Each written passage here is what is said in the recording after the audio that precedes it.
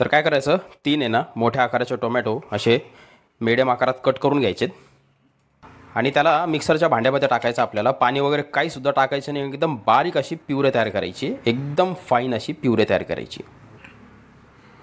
तर बघा अशा रीतीने मस्त त्याची बारीक प्युरे तयार केलेली आहे. आणि त्याच्यामध्ये जर गुठळ्या असतीलच तरीसुद्धा तर काढून घ्यायच्या हाताने. परातीमध्ये ना आपल्याला 2 वाट्या पीठ घ्यायचं आहे. गव्हाचं पीठ घ्या. तुम्हाला जर मैदा वापरायचा असेल तर तुम्ही मैदा पण घेऊ शकता. तर थोडीशी हळद टाकून घ्यायची त्याच्यात. हे जवळपास 1 चमचा लाल तिखट टाकून घ्यायचं आहे. थोडंसं मीठ टाकायचं आहे आणि थोडासा ओवा टाकून घ्यायचा आहे त्याच्यात. एक मोठ्या आकाराचा कांदा अगदी बारीक चिरलेला त्याच्यामध्ये घालून घ्यायचा आहे. 1 चमचा अद्रक लसूणची पेस्ट बारीक वाटलेली त्याच्यामध्ये टाकायची आहे. थोडीशी कोथिंबीर बारीक चिरलेली टाकायची त्याच्यात आणि त्याला आता व्यवस्थित मिक्स करून घ्यायचं आहे अगोदर व्यवस्थित. आणि आता आपण केलेली जी टोमॅटो प्युरे आहे ती सगळीच्या सगळी त्याच्यात टाकून घ्यायची.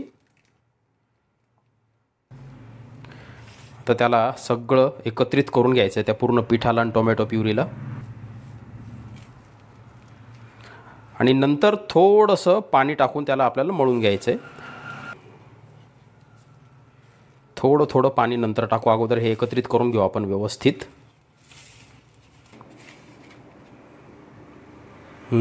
आहे व्यवस्थित फर्म होतं आहे. याला आणखी थोडंसं पाणी टाकून मळून घ्यावं लागेल आपल्याला. ते टोमॅटो प्युरी टाकल्यामुळं ना ॲक्च्युली पाणी याला काहीच लागलेलं नाही. अगदी अर्ध्या वाटीपेक्षा सुद्धा कमी पाणी आपल्याला लागलेलं आहे याला.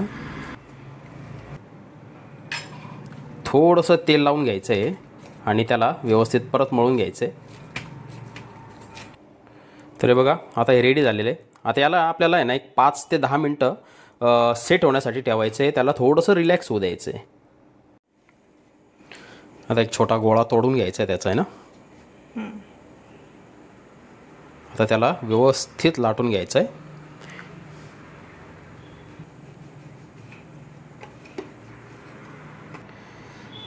तर अशी शक्य होईल तशी चपाती आपल्याला लाटून घ्यायची आहे आणि त्याच्यावरती थोडंसं तूप टाकायचं आहे. त्याला पसरून घ्यायचं आहे व्यवस्थित. आणि आता त्याच्यावरती परत थोडंसं पीठ आपल्याला बुरकायचं आहे. आणि आता चाकूच्या साहाय्याने असा सेंटरमध्ये कट मारून घ्यायचा आहे. आणि आता त्याला रोल करायचा असा व्यवस्थित आईस्क्रीमच्या कोनसारखा.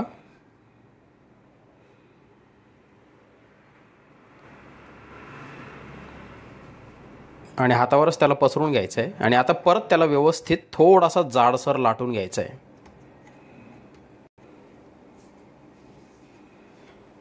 इतका सुंदर लागतो ना हा पराठा. याला सकाळी नाश्त्यामध्ये किंवा दुपारच्या जेवणात तुम्हाला हवं तसं खाऊ शकता. चहासोबत तर अतिशय जबरदस्त असा हा पराठा लागतो खाताना.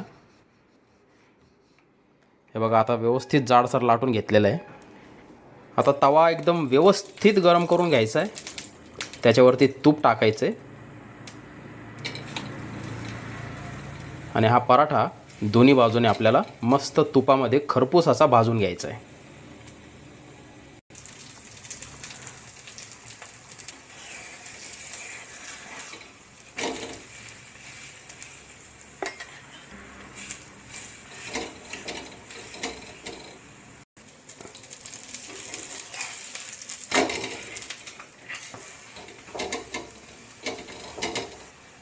तूप जास्तच लावायचं आहे बरं का, कारण त्याने एकदम जबरदस्त अशी टेस्ट लागते.